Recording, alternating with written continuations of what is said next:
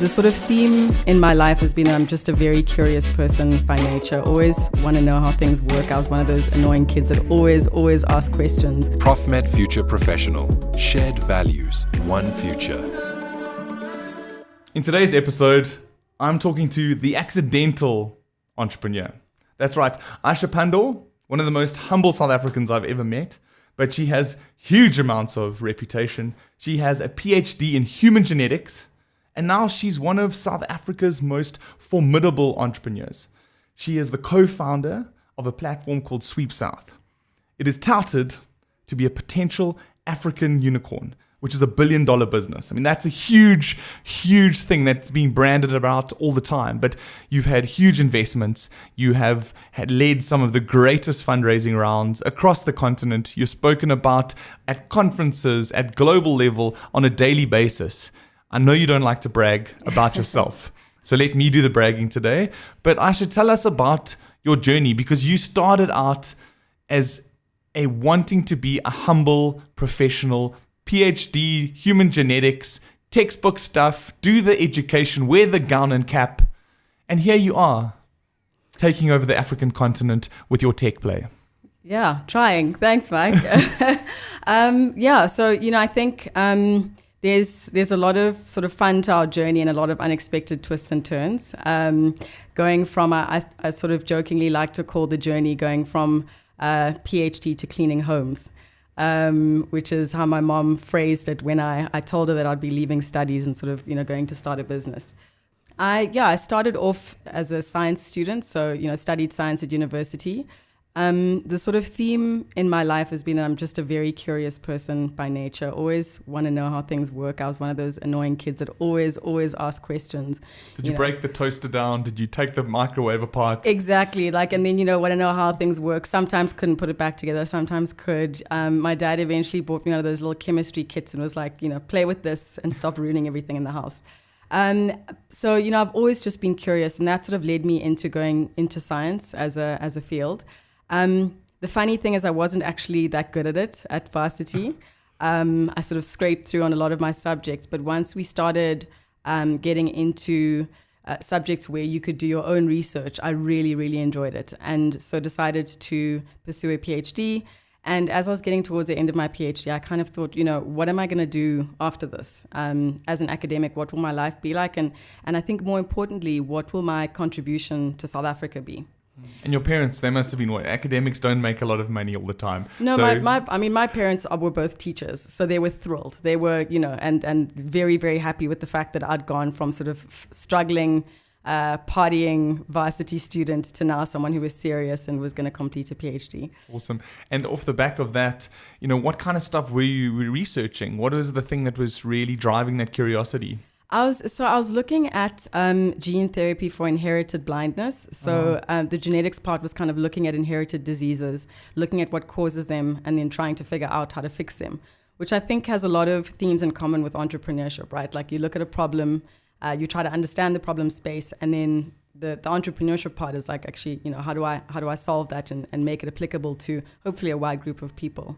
Did you ever go and get a job at a genetics company or start out in science, or you just flipped the script and went straight into SweepSouth? Like, how did that transition happen? I didn't. So I made sure I finished my PhD. Like, I didn't want the parents to kill me. So I was like, let me make sure I finish studying.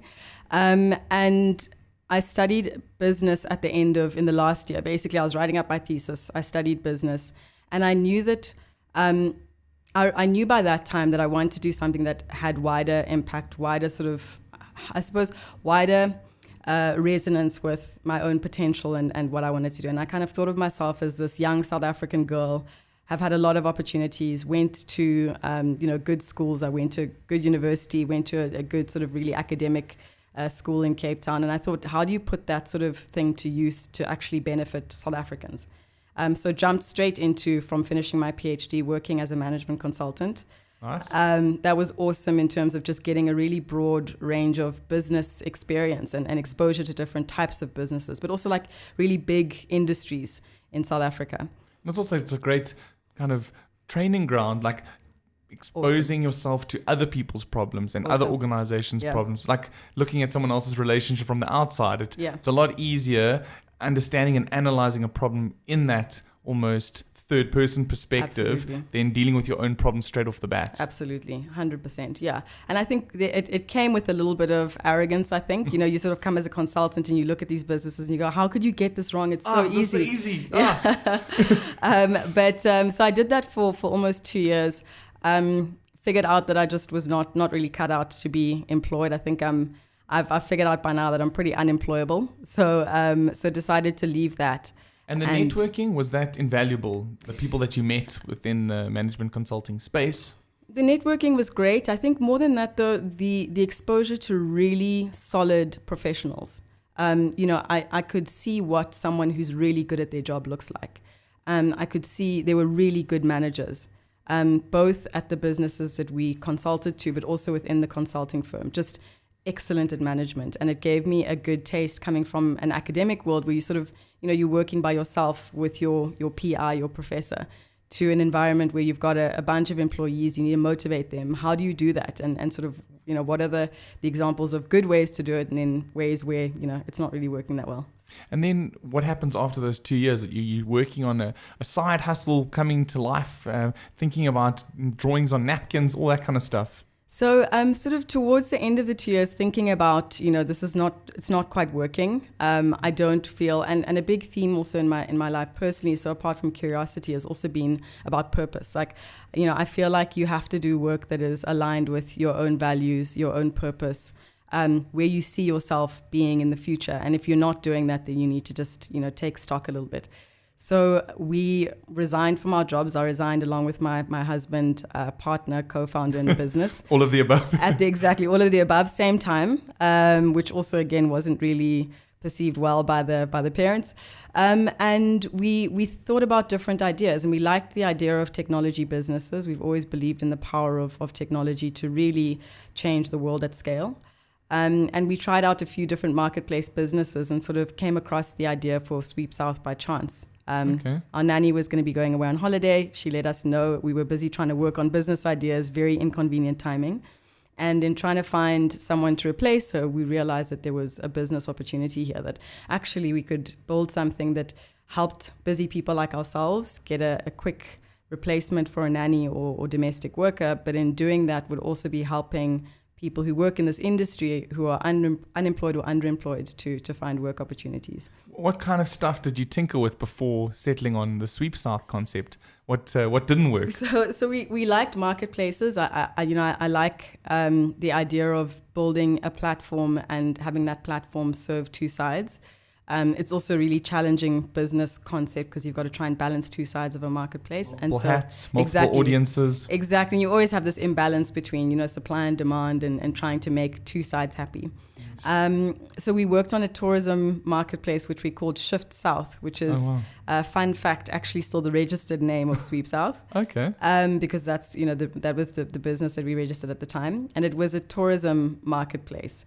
And about 60 pages into a business plan, I realized that actually I didn't, tourism wasn't the thing. I liked doing it for leisure, but it wasn't the thing that really drove us. We didn't feel passionate about tourism. So after the whole business plan, and I think I even did a tourism course, like a few weeks course on South African sort of tourism, and it didn't work out. So we threw that one in the bin and then did started SweepSouth again. start out as an app? Was it a mobile web app? Like, how did the business iterate? Did you bootstrap? Did you go out and raise funds? Like, I think there's a lot of South Africans that potentially are negative. Oh, there's no money in the market. There's no capital. If I've got a great idea, how do I bring it to life? So we bootstrapped first. We spent probably a year building the business and then funding it ourselves. In fact, a year and a bit, 15 months. And then eventually got seed funding from a group of angel investors who are former entrepreneurs. But bootstrapped hardcore in the beginning. We sold our house to fund the business. We sold everything in the house, all of the furniture, cutlery, crockery, bedding, all of that stuff. The baby chairs, everything went. And we just, left with our clothes and one car, which we used to eventually drive to Cape Town and set up there. And first customers, your friends, your network, how did you onboard some of the domestics and the nannies? Like, they must have looked at you like you were crazy. The nannies and domestic workers didn't. I mean, there was an obvious need there. You know, just looking at levels of unemployment in the country, which we know are higher amongst lower skilled workers, lower income workers. We spoke to our nanny once she'd gotten back. She told a couple of people in the neighborhood about, you know, this interesting idea that we had, and we were literally flooded with people who wanted to apply. I remember coming back from fetching my daughter from preschool at the time and just seeing this long queue outside our house of women who wanted to apply to the platform. So there was obvious need there. On the customer side, not so much. I think because the concept was so new, you know, it was the first time that something like this had been built in South Africa, on the continent. Uber was still very new in South Africa as well. So the idea of booking a service online was just, you know, it was unheard of. It was unsafe. Weird. Yeah, it's unsafe. It's a scam. It's, you know, and even the question of e-commerce in South Africa. This was in 2014. You know, does South Africa have enough credit card holders to sustain e-commerce as an industry? Those were big questions at the time. So we had to do a lot of personal work to try and get people to book. We harassed our neighbor endlessly for weeks until he eventually just gave in and made a booking. Sorry for you. Felt sorry for us. Well, wanted to get rid of us. And made a booking. And then we went out and, you know, this is obviously pre-COVID times. We were standing in Sandton City on the plaza, trying to get people to sign up with a clipboard. We were, you know, standing in traffic, trying to convince people who were driving home from work to sign up on our clipboard so we could email them and you know, and give them a free voucher to use it. So very, very sort of incremental in the beginning and, you know, like one by one getting customers to use us. But it was awesome. You know, one big sort of moment for us was the first time that someone who we hadn't personally signed up or didn't personally know made a booking. And then after that booking went, wow, this is incredible. You know, I just went onto this website, booked this thing. The person arrived on time, on the day, you know, helped me out at home and then left, and it was all sorted out. That was really cool. So what I'm most interested in is that a lot of people listening or watching this interview, you know, they have almost subscribed to a very textbook philosophy. You spend the hard yards, you get the grades at school, you go to the good university, you get the great piece of paper, and then you set yourself up for this successful future. Yeah. And I think in your instance, you've gone through the hard yards, and then you've decided, hey, I'm going to go and I'm going to swing for the fences. Like, this is the risky play. And I think back in 2014, very different world. Yeah. Now, fast forward to 2020, 2021, a lot of professionals are probably sitting there thinking, wow, I actually have to think about what my potential options are, my opportunities are, because a market is a little bit messed up. Yeah. The economy has been in, you know, ruin. And for a lot of the professionals that had seen this perfect pathway once they'd got through the studies and got the piece of paper, they now have to look at other ventures and other ways to make money. And were there times within those early days where you were standing with your clipboard looking at Madiba there in Nelson Mandela Square? Did you ever want to just throw in the towel and just say, this is just too hard? No, never. And I mean, we had incredibly difficult times. Like, you know, it's easy to sort of tell in hindsight the linear story of, you know, and then we did this and then we did that and then that happened. But we had incredibly difficult times. I think sometimes founders romanticize bootstrapping a business. It's really hard to sell a house, to put behind a business that you don't know, you know, if it's going to work or not. It's hard to uproot your family from a space where they're comfortable. It's hard to have worked and, you know, earned an income and finally get your own house as a young couple and then to give all of that up. And then running the business is super hard as well. There's a lot of uncertainty. There's a lot that you're learning on the go. I had never managed people before in any significant way.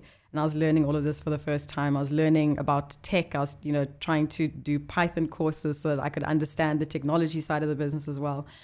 So it was really tough. And we also, you know, had our first unhappy customer, which was crushing for us.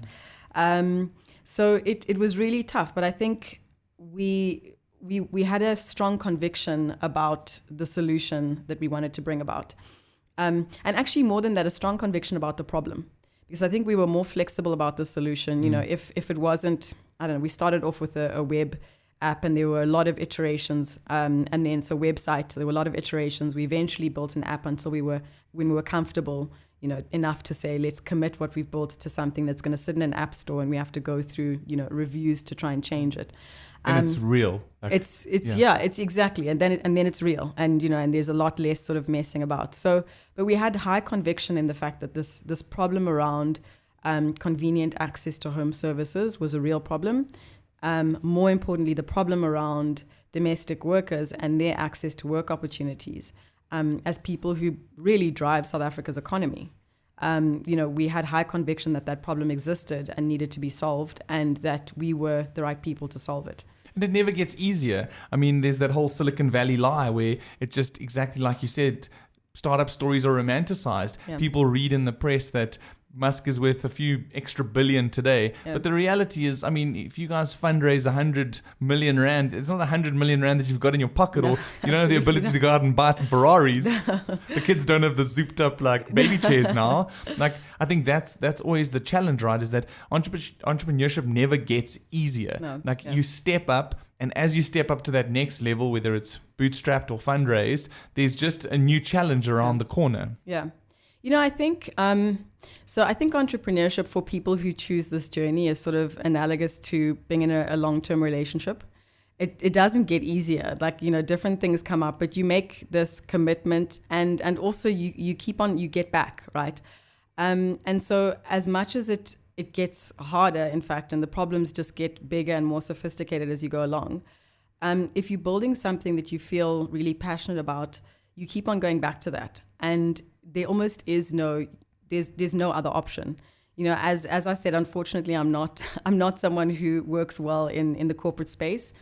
But I think even for people who are in the corporate space, I think the opportunity that we have in South Africa is that we have many, many challenges which can't be solved by just government alone, and can't be solved by the current private sector. Employment, for example, is not meaningfully being impacted positively by the private sector. Most companies have the quota of employees that they will have. So our problems need to be solved by young, inventive people who think slightly differently about the challenges that you're faced with in your ordinary day. You go about your day and something happens or something irks you. Entrepreneurs go, well, is this something that I want to solve? Is this something that I could make a business out of? And I think once you get that bug and it bites you, it's incredibly difficult to step back and say, I'm not going to do this anymore, and I'm going to go back to doing what I was doing before. It's pretty addictive, isn't it? It is. And then tell me, I read a stat that something like 250,000 domestics lost their jobs in 2020. So what did you do in that space where people were in a hard lockdown? You weren't necessarily allowed to hire people to come into your homes. Like, what happened to your business, and were there any fundamental shifts? Yeah, so I think, where I'm grateful is the fact that up until 2020, we'd grown SweepSouth to the scale where, we were operating in a number of different cities in a number of different countries. We had about 25,000 service providers we'd onboarded. So we were in quite a good place in terms of the sort of traction that the business had gained. And what that allowed us to do during lockdown is to focus on how do we use this time when it's very quiet, and we can't roll out the service, to one, look at really supporting all the service providers who are on the platform. So we put together a fund, a 12 million rand fund, to support sweep stars who wouldn't be able to work during lockdown and even afterwards, because there were lasting concerns about people meeting face to face in a home. So if you're not able to work, how do we help to use this fund to sponsor you on an ongoing basis? And that sponsorship lasted about 7 months, from April to October, end of October last year. We also, as a business, sort of sat back and reprioritized and used that quiet time to go, what's important for us for the next 2 to 5 years from a strategy point of view, and how do we use this time when you almost have an excuse not to be just head down focused on growth? How do we use this time to realign our priorities and look at what are the things that we need to do, the activities, the planning, the execution, what's the team that we need to have to execute on longer term strategy? And what's next? Like, what's the next level? Is it more fundraising, multi-country growth? basically expansion throughout the continent, other continents? Where's the headspace, or is that top secret? No. I think it's important to put your goals, the high level goals, out there so that you're accountable. In terms of what's next for us, we've launched in Kenya. We're operational there in addition to South Africa. In Nairobi. We are also looking at a launch in West Africa, in Nigeria, in the next month or so. And then we're looking at North Africa as another interesting market as well. So really looking at rolling SweepSouth out in a pan-African strategy. I think the problems that we've identified in South Africa exist in many other African countries, both on the customer side and then on the service provider side. And then rolling out a number of different verticals. So started off in the home cleaning space because of the experience that we had, desperate for someone to replace our nanny. But there are lots of home services that people need to get in a convenient and trusted way. Plumbers, builders. We've launched all of that in the last year or so. So we have a platform called Connect, which works with plumbers, electricians, handymen, carpet cleaners. We've widened the range. We've got about 25 different services on that platform. We have tax consultants even. So any sort of services, especially with people now working from home, that you might want to procure through an app. And then I've also branched out from the cleaning into outdoor services. So in as much as we are helping primarily women who are domestic workers to find work opportunities, we also want to help men who work as, and this is, stereotypically, but the numbers speak to it, men who work as gardeners, pool cleaners who do outside work. So we've branched out the sort of impact into not just working with domestic workers, but also looking at anyone who has a service, a skill that they can provide that centers around the home. How do we make SweepSouth the platform for connecting those two sides together? I loved your earlier comment around creating solutions to problems that are unique to our market and obviously potentially other African markets. Yeah. So what is your final key piece of information to all the professionals listening to this about going down that accidental entrepreneurship route? If you've got an itch, should you scratch it? Like, what's your thoughts on that? I think it has to be the itch that if you don't scratch it, is not going to go away. And this is how I knew, when I was working in the corporate space, that this thing that was calling me just wasn't going to go away. It was over a matter of months that, I just, every day driving home, I would have this sense that there's something else I should be doing. So I think that's the one thing, is that, the itch doesn't go away. And then I think the other thing is alignment with purpose and values. And that's something, again, that's been very important for me. I come from a background with parents who were teachers, but who were also anti-apartheid activists. And so their work had a lot of meaning for them. And so it's important for me that that's the same. And so in SweepSouth's case, yes, we're building sexy tech that's connecting two sides of a marketplace together. But I think more than that, there are themes around impact, again, unemployment, and underemployment, and addressing that within the domestic worker community, financial inclusion through helping people set up bank accounts, financial literacy, digital literacy. So I think if it is aligned with your values and it's something that really speaks to what you feel is your purpose, helps you to look at yourself in the mirror at the end of the day and go, I'm doing okay. Like I feel good about what I've done today or the work that I'm doing. I think then you should definitely not ignore the itch. Becomes an obsession. It's something that you can't escape from. And also as professionals, I think we have a duty to find that purpose because we have the ability to change people's lives. I think those are the most important lessons that I've taken from today. So Aisha, always a pleasure. Thank you so much for joining us and have a great rest of your day. Thank you. My pleasure. Thanks for having me, Mike. Profmed Future Professional. Shared values, one future.